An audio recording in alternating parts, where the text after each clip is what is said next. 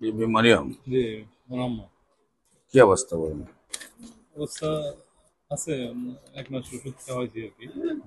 মানে তো ওই দাঁতে অপারেশন হয়েছিল আরকি। চোয়াল একটা কাইটা ফেলছিল আরকি বাম পাশে। একটু ভিডিও করলে দেখা যাবে? ভিডিও কলে আগের চেয়ে ভালো নেই? ভালো বলতে এমনি ওই মাঝে, মাঝে কিচ করে ব্যথা করে। বডি কন্ডিশনটা একটু দেখি, বা আবার ভিডিও করা আছে? না, ভিডিও করে না। আবার এই গত ৫-৭ দিন আগে আবার ডেঙ্গু হয়েছিল।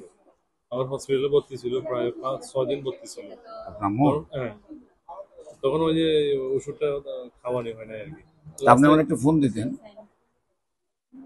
যে আমার আম্মু ডেঙ্গুর জন্য ভর্তি, এখন কি করবো?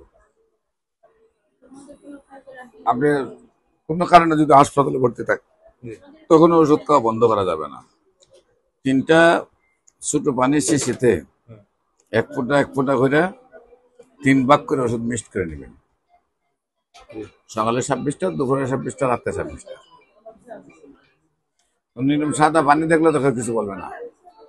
উনি ছোট পানির বোতলে ভরে নিয়ে গেলেন, নিচে একটু পানি, মনে করবো তো আপনি পানি খাইতেছেন। ডাক্তারের সামনে যদি খাওয়াই দেন, তার তো ডাক্তার উপর পানি খাইতেছে। মানে হ্যাঁ, সকাল দুপুর রাত খাওয়াই দেবেন। অ্যালোপ্যাথিকটা যেহেতু আমাদের কোনোভাবে এলাও করে না, হুম, হ্যাঁ, কৌশলে খাওয়াই দিতে হবে।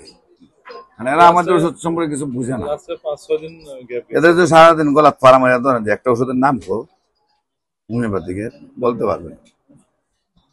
আর যদি 2-4টা নাম শিক্ষা থাকে যে কি কাজে লাগে বললে বলতে পারবে।